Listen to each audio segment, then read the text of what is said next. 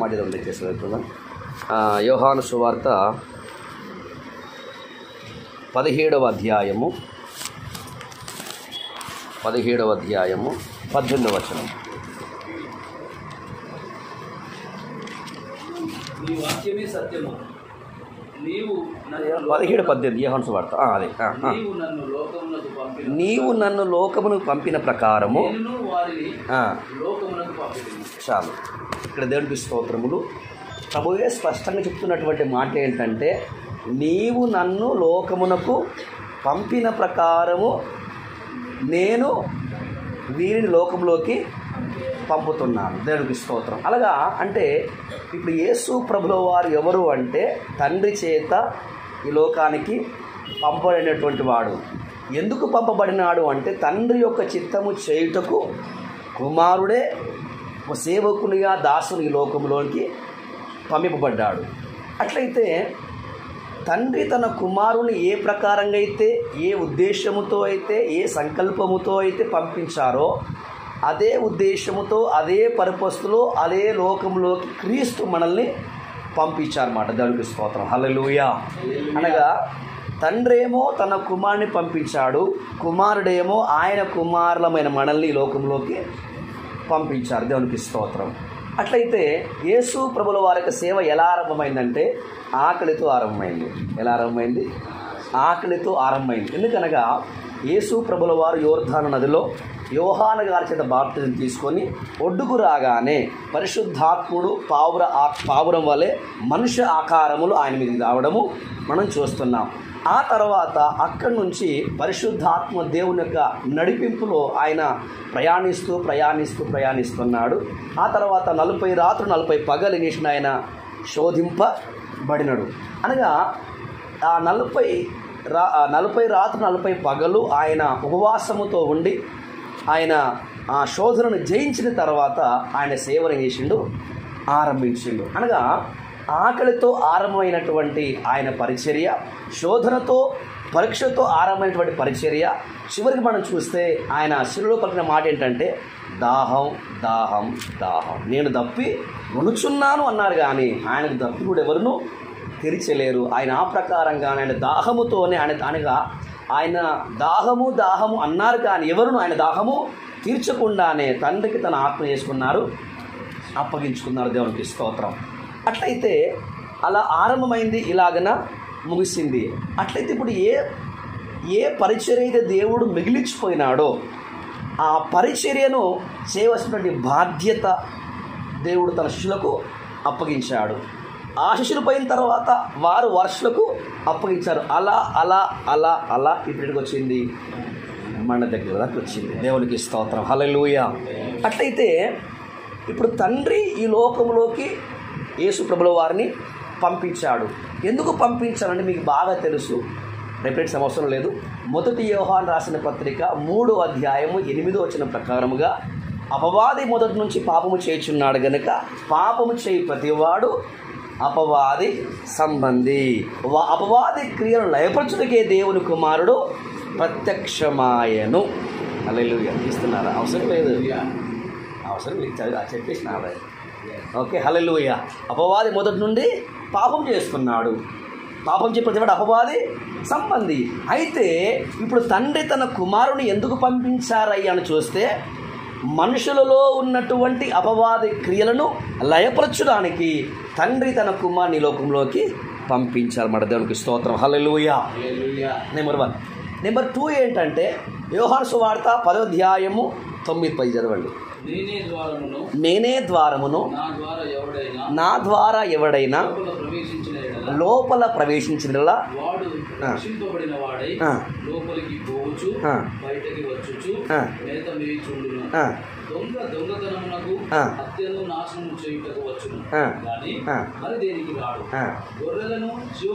గొర్రెలకు జీవము కలుగుటకును అది సమృద్ధిగా కలగడం నేను దేవునికి స్తోత్రం. హల్లెలూయా. ఇప్పుడు ప్రభువు చెప్తున్నాడు ఏ ఉద్దేశంతో వచ్చాడు, ఆయన పని ఏంటో ఆయన తెలుసు. హల్లెలూయా.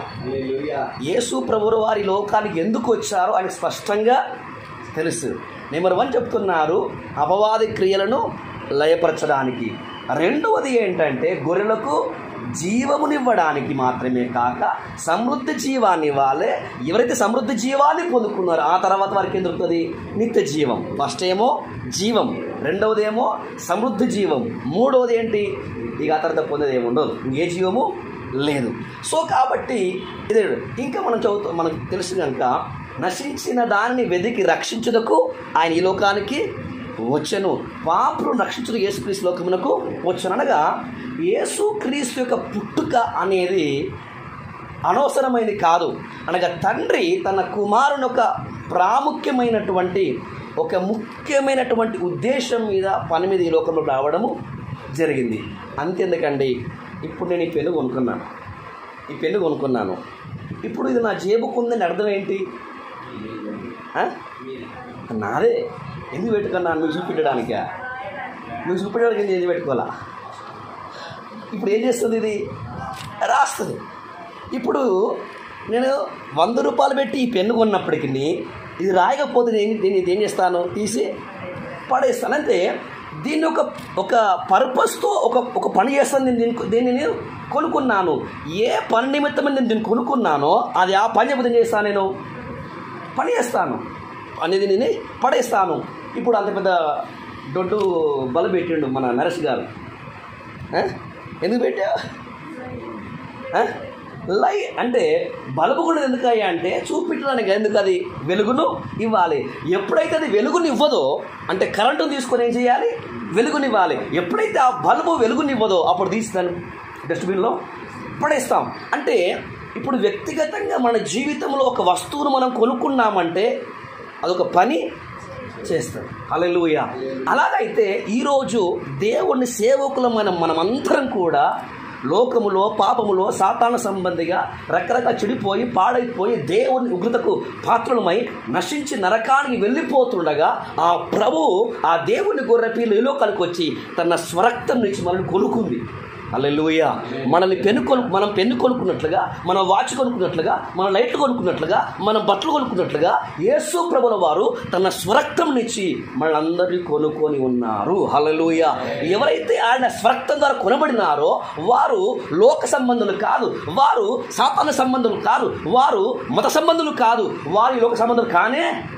వారు ఎవరు అంటే వారు దేవుని సంబంధులు, వారు ఎవరు అంటే వారు పరలోక సంబంధులు అన్న క్లారిటీ ఫస్ట్ మనకు ఉండాలి. హల్లెలూయా. నేను ఎవరు అంటే మరి ఫలానా, నీకు ఇంకా ఆ దయ్యముద్ర పోలే. హల్లెలూయా. దేవుడికి స్తోత్రం. మనం క్లారిటీ ఉండాలి. నేను ఎవరిని? దేవుడు నన్ను వేసుకుంటూ ఇప్పుడు మీరు 10 మంది వాడుకోవచ్చు అండి. కొంతమంది బ్యాంకుకి వెళ్తాం, సార్ పెన్ అంటారు, స్టేషన్లో అది రాస్తాం. ఏది మన ట్రైన్ చేయాలి కదా, ట్రైన్ బుక్ చేసుకో, అప్పుడు సార్ పెన్ అని వేస్తాం. ఈ పెన్ను ఎవరైనా వాడుకోవచ్చు, కానీ ఎవరిది? నాది. దేవునికి స్తోత్రం. హల్లెలూయా. అదే ప్రకారంగా శరీరంలో ఉన్నాం కనుక, ఈ లోకంలో ఉన్నాం కనుక అప్పుడప్పుడు కొందరు మనం వాడుకుంటారు. ఆయనంతా మాత్రం మనం వారిని మనల్ని ఎవరైతే కొనుక్కున్నారో ఆయన వ్యక్తుల మనం. హల్లెలూయా. ఇప్పుడు తండ్రి తన కుమారుని పంపించినట్లుగా యేసుక్రీస్తు రక్తము ద్వారా ఆయన మనల్ని కొనుక్కొని ఆయన మనల్ని పరిశుద్ధపరిచి ఆత్మతో ముద్రించి కొండ్రా అన్నాడు. ఎక్కడికి? లోకంలోకి. ఎక్కడికి? ఇప్పుడు ప్రశ్న ఏంటంటే, ఇప్పుడు యేసుక్రీస్తు ఈ లోకానికి ఎందుకు వచ్చాడో ఫుల్ క్లారిటీ ఉంది. ఇప్పుడు చాలామంది సేవలు అడగాలి, నిన్ను దేవుడు ఎందుకు పిలిచాడు, అసలు నీ ఉద్దేశం ఏంటి? పదదాకా స్వార్థం చెప్పాలి. మీరేమనుకోవద్దు. వికారాబాద్లో ఒక పాస్టర్స్ మీటింగ్ అయింది. ఇప్పుడు ఆంధ్రకి వచ్చి వారు ఆ మీటింగ్ ఏర్పాటు చేశారు. 50 మంది పైన ఉంటాం. చివరికి నాకు లాస్ట్ మినిట్లో అందింది. వాళ్ళు వెళ్ళగానే మా పేరు, మా ఫోన్ నెంబర్, చర్చ్ పేరు రాసుకొని ఒక బుక్, ఒక పెన్ను మాకు ఇచ్చి లోపలికి తోసేశారు. సరే కూర్చున్నాం. మాకు పొద్దున టిఫిన్ వారే, మధ్యాహ్నం అన్నీ ఓకే. తీపోయి కూర్చున్న తర్వాత వాళ్ళు పెద్ద బోర్డు పెట్టేసి కొన్ని ప్రశ్నలు అడుగుతాము, తర్వాత మీకు చెప్పబోతే మేము ఆఫీస్లో చెప్పారు. వాళ్ళు అడిగిన ప్రశ్న ఏంటంటే, సువార్త అంటే ఏంటి?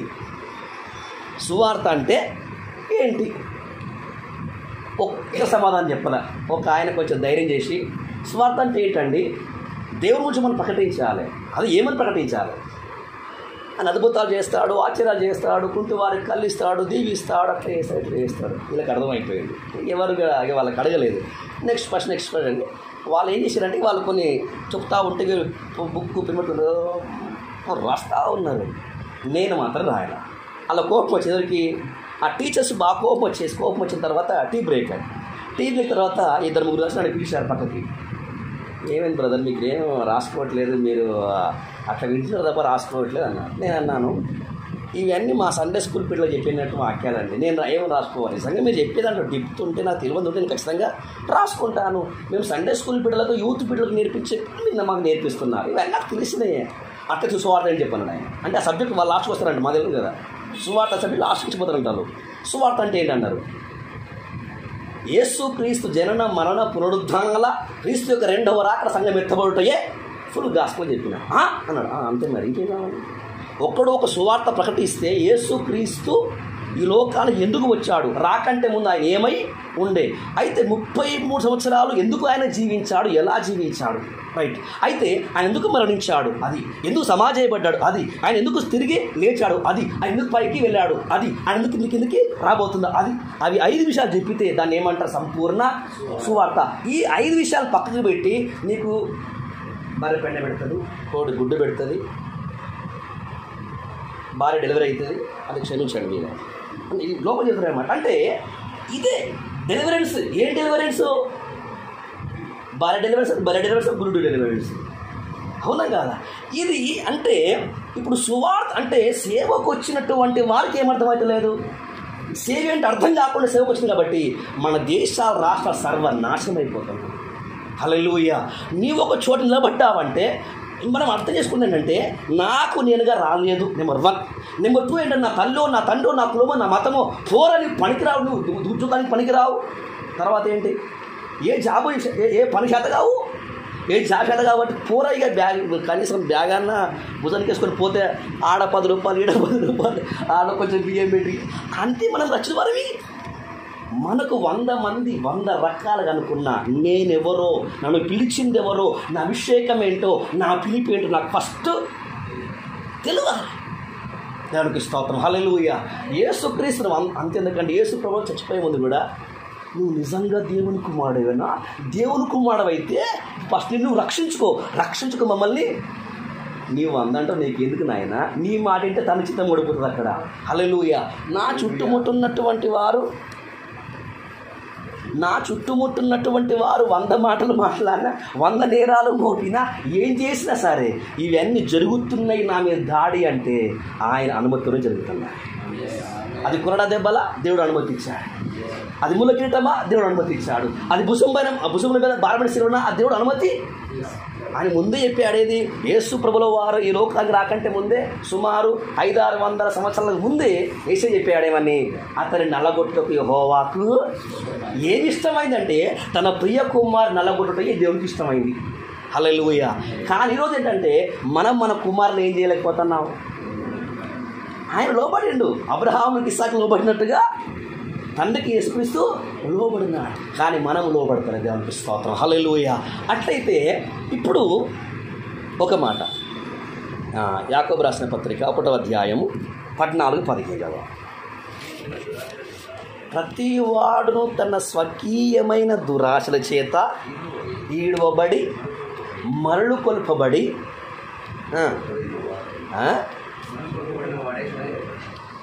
ఇంకా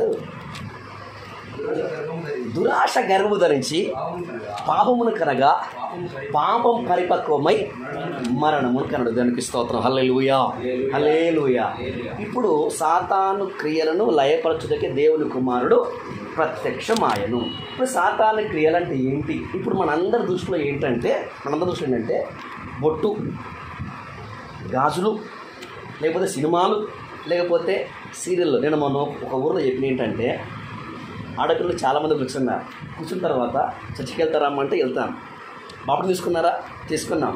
బళ్ళ తీసుకుంటున్నాం. ఒకవేళ మీ పాస్టర్ గారు మీ ముందు నిలబడి రేపు ఆదివారం నుంచి సీరియల్ మానేసిన వారికి బల్లా ఇస్తానంటే ఎంతమంది కూర్చుంటారు? చర్చికి వస్తారు. అర్థమైందా మీకు? సీరియల్ మానేసిన వారికే, సీరియల్ చూడని వారికి నేను బల్ల ఇస్తానంటే ఎంతమంది కూర్చుంటారు? ఒక్కళ్ళ రేపట్ల. అంటే సేవకుని పరిచయం అక్కడ ఏమి పని చేయడం లేదు. అసలు సేవకుడు అక్కడ ఎందుకు నిలబడుతున్నాడు కూడా హల్లెలూయా. ఇప్పుడు దేవుని కుమారుడు ఎందుకు ప్రత్యక్షం అవ్వాలి అంటే సాతాను క్రియలను లయపరచుటకి ఆయన ఏం కావాలి? ప్రత్యక్షం కావాలి. అంటే సాతాను క్రియలు ఏంటి?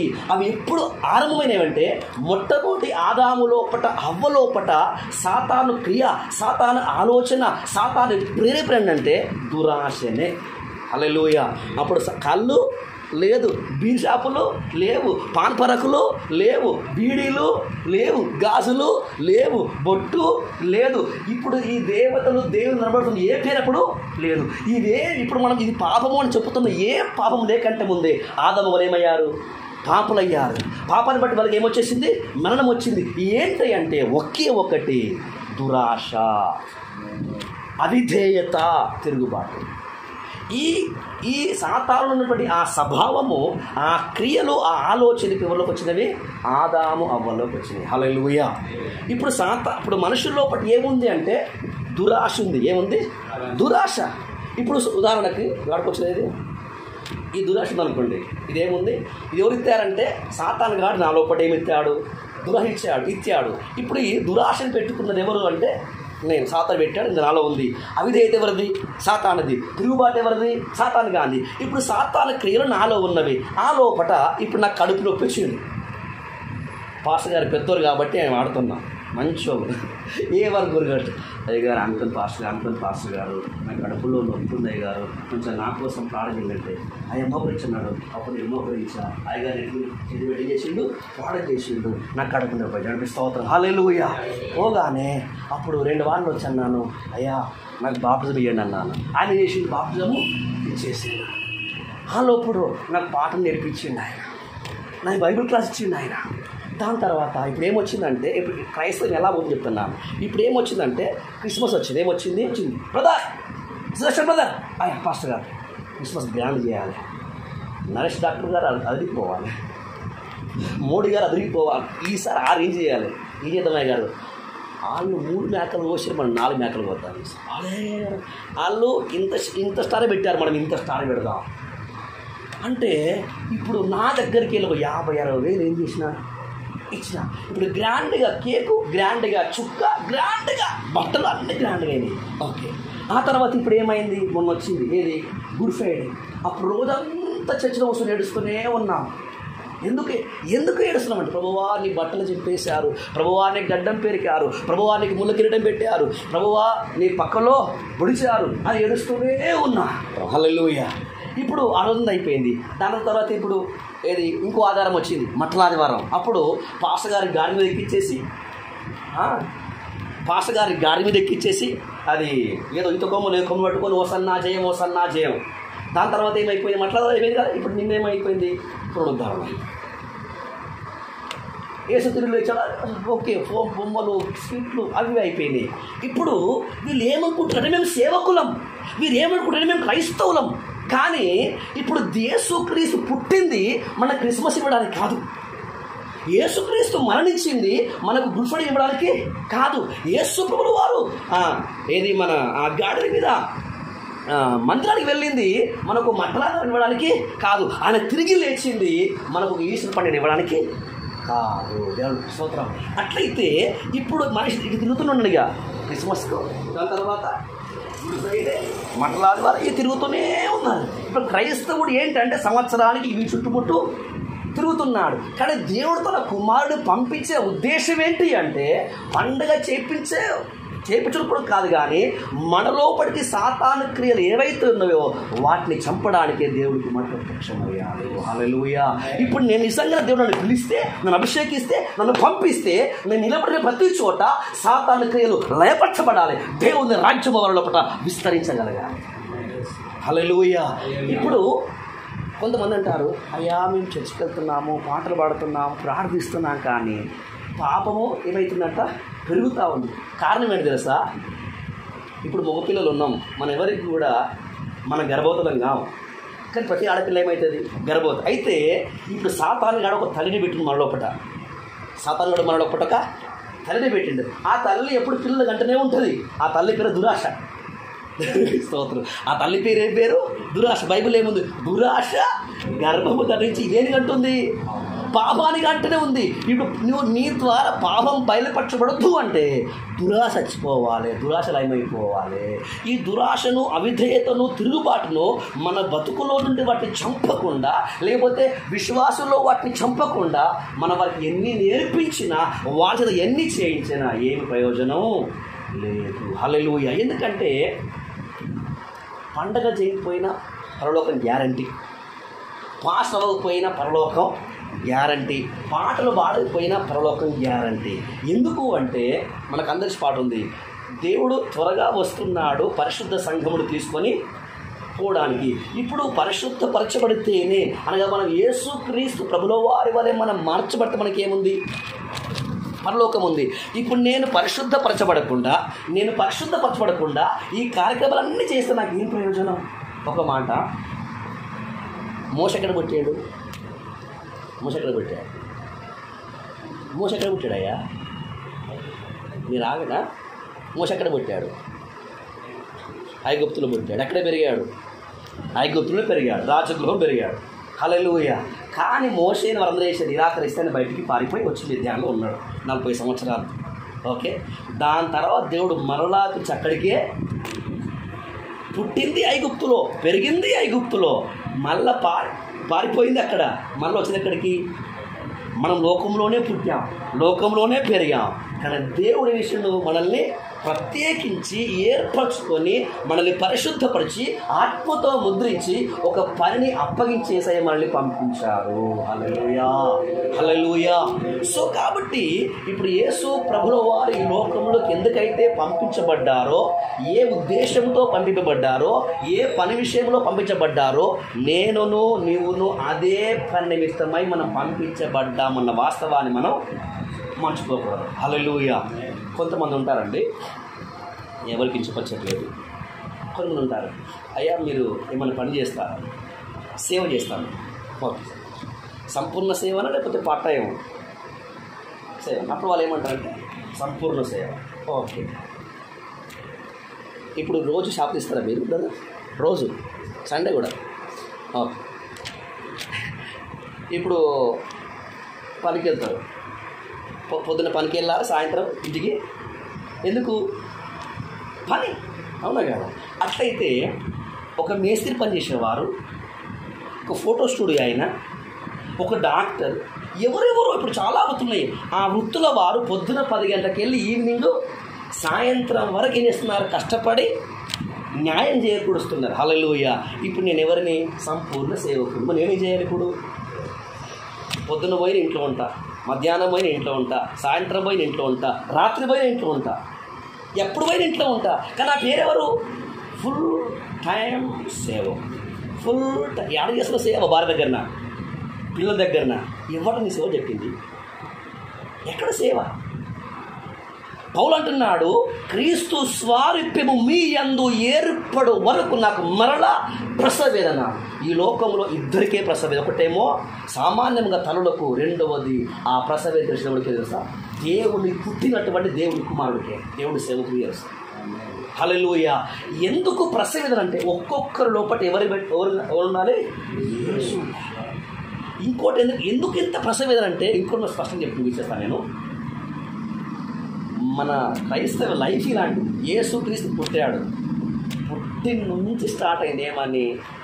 ఎప్పుడు చంపేద్దామా అని కదా. అలా పోయారు. అప్పుడు రాజన్నాడు, యూదులకు రాజుకి పుట్టినవాడు ఎక్కడున్నాడు? వీళ్ళు గ్రంథాలను తీసిన తర్వాత వారికి అర్థమయ్యి అడుగున్నాడని వీళ్ళు పోయి రాజేమన్నాడు, మీరు వెళ్ళి నాకు చెప్పుడు, నేను వచ్చి చేస్తానని. నిజంగా దానికోసమనా చెప్పింది? ముక్కుదామని రాజుగారు కాదు కదా, ఎందుకోసము? చంపేద్దామని. అంటే యేసును పుట్టి నుంచి చంపేద్దామని ప్లానింగ్ చేశారు. కానీ ఆయన పరిచర్య తుదముట్టించినంత మటు ఎవడు ఆయన ఏమి, కొన్నిసార్లు ఆయన్ని తప్పించుకొని పారిపోయాడు. ఏసే పారిపోవడం ఏంటి? దేవుడా, బైబిల్ అందలేదా? స్పష్టంగా ఉంది. ఆయన తప్పుకొని పారిపోయి, ఎందుకు? అక్కడ ఉంటే చంపేస్తారు, ఇంకా నా పరిచయ తుదము ముగించలే, ఇక్కడ ఉండవద్దు అని ఆయనే పారిపోయాడు. మనమంతా అంటే యేసు ప్రభుల వారిని చంపడానికి ప్రయత్నం చేస్తున్నారు అనేకులు, ఒక్కరిని కాదు. ఎవరు? మళ్ళా రోమీలు అయితే ఓకే, అట్లా కాదు. రోమీలు, యూదులు, ఇజ్రాయేలీలు, తర్వాత ఆ సంఘ పెద్దలు ఎవరు? శాస్త్రులు, పరిసయ్యులు, ఈ యాజకులు, ప్రధాన యాజకులు, అర్చకులు, ఇంతమంది ప్రేమించేవారు కాదు. ఎప్పుడు వేసేద్దామని చూస్తున్నారు. హల్లెలూయా. ఎంతమంది వేసేద్దామని ప్లాన్ చేసినా ఆయనే తన ప్రాణం చేశాడు, తండ్రికి ఇచ్చుకున్నాడు. హల్లెలూయా. ఎవడు అతన్ని చంపలేకపోయాడు. దేవునికి స్తోత్రం. ఈ మాట ఎప్పుడు చెప్తున్నానంటే, ప్రభు అన్నాడు పునరుద్ధానమును జీవమును నేనే. ఇప్పుడు నిన్న పునరుద్ధాన పండుగ అయింది. పునరుద్ధాన పండుగ లోపల 4 మేకలు కోసావు, 10,000 గతలు బట్టలు కొనుక్కున్నావు, వేసుకున్నావు. కానీ ఆ ప్రభువును లేపినటువంటి ఆ పునరుద్ధాన శక్తి, ఆ పునరుద్ధానపు ఆత్మ నీలో లేకపోతే నువ్వు లేస్తావా? నువ్వు లేవగలవా? నువ్వు క్రిస్మస్ చేసావు, పాపాలు క్షమించబడలా. గుడ్ ఫ్రైడే చేసావు, కానీ పాపములు ప్రభు చెప్పాడు నా కోసం ఏడవకండి, మీ కోసం, మీ పిల్లల కోసం. కానీ మనలో ఏడుపు చూడాలి చర్చిలల్లా. యేసయ్యా నీకు ఇట్లా చేశాడు, కర్ణమాడిసి ముగిసినంతే ఫ్యాషన్ అంటే ఏడుస్తూనే ఉంటారు. వాళ్ళ కోసం ఏడవరు. సో కాబట్టి ఇవన్నీ ఎందుకు అంటే ఆయన మనల్ని తన పోలికలోనికి మార్చడానికి, తన ఎదుగు తీసుకొని పోవడానికి ఆయన మన కోసం చేస్తే, మనం ఆయన కోసం కాదు, మనం కూడా మన కోసం, మన పిల్లల కోసమే. హల్లెలూయా. అయితే పునరుత్థానమును జీవమును నేనే అన్నాడు. రెండోది ఏమన్నాడంటే, నా యందు విశ్వాసం ఉంచిన వాడు చనిపోయినను బ్రతుకును, చనిపోయినను బ్రతుకును, బ్రతికి నా యందు విశ్వాసం ఎన్నడికి. ఇప్పుడు రాజేష్లో అడుగుతారు, ఒక డాక్టర్ అడుగుతారు, చచ్చినవాడు ప్రాణం చేస్తాడా, బతుకున్నవాడు ప్రాణం చేస్తాడా? కదా, నిజమేనా? పోనీ బతుకున్నవాడు విశ్వాసం వస్తాడు, చచ్చినవాడు విశ్వాసం వస్తాడా? కదా. మరి యేసు ఏమన్నాడు అక్కడ 11వ అధ్యాయంలో? యోహాను వార్త, నా యందు విశ్వాసం ఉంచేవాడు చచ్చినను నా యందు విశ్వాసం ఉంచినవాడు చచ్చిపోయినను బ్రతుకును, చచ్చినను బ్రతుకును. అంటే చచ్చినవాడు ఇప్పుడు ఏముంచాలి? విశ్వాసం ఉంచిపోతాడు. అర్థమైందా? చనిపోయినటువంటి వాడు దేవుని యందు విశ్వాసం ఉంచితే వాడు ఏమవుతాడు? బ్రతుడు. బ్రతికి మళ్ళీ ఏముంచాలి? విశ్వాసం ఉంచాలి. వాడు ఎప్పుడు చచ్చిపోడు. ఇదేంది? కోరా కుమారుడు 85వ కీర్తన అంటాడు, నీ ప్రజలమైనటువంటి మేము మీ యందు సంతోషించినట్లుగా మమ్మల్ని మరలా మీరు ఏం చేయండి? బ్రతికించండి. అది నేను చచ్చిపోయారా? మీరు చచ్చిపోతే కీర్తన రాశారు, చచ్చిపోతే ప్రార్థన చేశారు. దానికి ఆస్పదం ఉంది. మీరు బ్రతికున్నామన్న పేరు మీకుంది, కానీ మీరెవరు? మృతులే. అంటే అర్థం ఏంటంటే, ఆత్మీయ మరణం అంటే ఏంటంటే, యేసు అన్నాడు నేను జీవమై ఉన్నాడు, ఆ జీవము మన ఆత్మ ఉండాలి. ఎప్పుడైతే జీవమైనటువంటి యేసు నష్టమైపోయాడో మనం బతికున్న వారిని తప్ప లోపట చచ్చిన వారమే. హల్లెలూయా. ఈ దురాశ, ఈ అవిధేయత ఏం చేస్తుందంటే దేవుని జీవము మనలో ఉండకుండా ఏం చేస్తుంది? అడ్డగిస్తుంది. ఎవరైతే ప్రతిరోజు తమలో ఉన్నటువంటి దురాశను, గర్వమును, అహంకారమును సిలువేస్తారో వారి లోపల దేవుని జీవం సమృద్ధిగా. ఇప్పుడు దేవుని పరిచర్య ఏంటంటే ఎవరి హృదయములోనే, ఇప్పుడు ప్రతిరోజు ఎవరు పంపించాలి? దేవుని కుమారుని పంపించాలి. దేన్ని పంపించాలి? ఎందుకు పంపించాలి? ఎందుకు పంపించాలి దేవుని కుమారుని వాళ్ళ లోపలికంటే? వారి లోపల ఏమున్నాయి? సాతాను క్రియలు ఉన్నాయి. అవి వాళ్ళ లయపరచుకోలేదు, మనం కూడా ఏం చేయలేము, లయపరచలేము. ఇప్పుడు డాక్టర్ గారు ఉన్నారు, అలా పోగలు ఏం చేస్తారు? చక్క ఎందుకని? ఆయనకి పని పట్టలే కదా. అది గుచ్చితేనే ఆ లోపల ఉన్నది ఏమవుతుంది? పంపిస్తుంది. ఆయన ఏం పంపిస్తున్నాడు? మెడిసిన్ ఎందుకు పంపిస్తున్నా అంటే ఈ మెడిసిన్ వెళ్ళి వాళ్ళ రోగాన్ని వేస్తుంది. అదే ప్రకారముగా ఇప్పుడు మనం కూడా డాక్టర్లే. హల్లెలూయా. ఇప్పుడు ఏం పంపించాలి? దురాశనే, గర్వమనే, అబద్ధమనే, ఈర్ష్యనే, సినిమా అనే, సీరియల్ అనే, శర్రాశనే, ఇలా రకరకాల రోగాలు వారిలో ఉన్నాయి. ఇప్పుడు సేపుడు ఏం చేయాలి? దేవుడు ఆశీర్వదిస్తాడు, ఇల్లు ఇస్తాడు, పొలం ఇస్తాడు, ఎవడైనా చర్చకు నమ్ముతాడు. అది రాకపోతే బయటికి వెళ్తున్నాడు. అది కాదు సువార్త, అది కాదు, ఇప్పుడు సేవకుడు కాదు. గాస్పల్ ఏంటి అంటే మనం పాపులము. హల్లెలూయా. ఈ పాపం మన నరకంలోకి తీసుకొని పోతుంది. ఇప్పుడు ఏం కావాలి? యేసు అనే మెడిసిన్ ఇవ్వాలి. ఆయన రక్తము అని, ఆయన వాక్యం అనే సువార్తని మెడిసిన్ అతను పంపిస్తే ఆ లోపలి మన ద్వారా లోపలికి వెళ్ళినటువంటి ఆ మెడిసిన్ వారు ఉన్నటువంటి ఆ సాతానికి అన్నింటినీ లయపరిచేసి వారి ఆత్మను బ్రతికించి, వారి ఆత్మ వెలిగించి, వారి ఆత్మను జీవింపజేసి వారిని నిత్య జీవం తీసుకెళ్తారు. హల్లెలూయా, హల్లెలూయా. అయితే తండ్రి తన కుమారుని ఏ పర్పస్తో, ఏ ఉద్దేశంతో అయితే పంపించారో మనము కూడా ఆ ఉద్దేశముతో, ఆ చిత్తముతో పరిచర్య చేయుదుముగాక. హల్లెలూయా. ఇంత గట్టిగా నింపుతున్నానంటే మనకు టైం లేదండి. మనం ఎంత మట్టుకు ప్రయాసగలగలమో, ఎంత మనం పరిగెత్తగలమో ఖచ్చితంగా మనం పరిగెత్తవలసింది. హల్లెలూయా. కాబట్టి ప్రియమైన సేవకులారా, మరీ చెప్తున్నాను, నశించిపోతున్న అనేక ఆత్మలు మన ముందు కుప్పలు కుప్పలుగా ఉన్నారు. ఇది ప్రయాసపడే సమయం, ప్రార్థించే సమయం, సువార్త ప్రకటించే సమయం. ఎందుకంటే తండ్రి తన కుమారుని ఏ పర్పస్తో పంపించాడో ఆ కుమారుడు మన లోకంలోనికి పంపించాడు. హల్లెలూయా. మనం లోకంలో నుంచి ప్రత్యేకింపబడ్డాము, సంఘంలో చుట్టబడ్డాము, మళ్ళా సంఘంలోకి నుంచి ప్రత్యేకింపబడి మన లోకానికి సంఘానికి పరిచయం చేయుటకు దాసులుగా పరిచారకులు మనం నియమించబడ్డాము. హల్లెలూయా. దేవుడు మనకు అప్పగించిన పరిచర్య మన కంఠములో ప్రాణము ఊపిరి ఉన్నంత మట్టుకు ఎవరు ఏమన్నప్పటికీ ఆయన చిత్తం చేసే కృప అభిషేకం దేవుడు మనకు సమృద్ధిగా అనుగ్రహించునుగాక. దయగల మా తండ్రి, కృపగల మా రక్షకుడా, మీ పరిశుద్ధ నామానికి కలిగిన వందనాలు, స్తోత్రాలు చెల్లిస్తున్నాం. అయ్యా, నేను చెప్పిన మాటలు నావి కాదు, నా సమస్తవి కాదు, నా సంఘానికి కాదు, అవి నీ మాటలు కనుక దేవా మీకు వందనాలు. నిన్న ఏ ఒక్కరు తమ హృదయాన్ని కఠినపరచుకోకుండా అయ్యా రాబోతున్నటువంటి ఉద్భుతను గ్రహించి దేవా, గుర్తించి దేవా, మేలుకుని దేవా తండ్రి, అయ్యా వారికి అప్పగించినటువంటి పరిచర్య ప్రభువా నమ్మకంగా చేయడానికి కావాల్సిన మీ నడిపింపులు మీరు మా అందరికీ అనగా సహాయం చేయమని మమ్మల్ని అందరినీ మీకు సమర్పి సమస్త మహిమ చెల్లిస్తూ యేసయ్య అతి పరిశుద్ధ నామమున ప్రార్థిస్తున్నాము పరమ తండ్రి. ఆమేన్.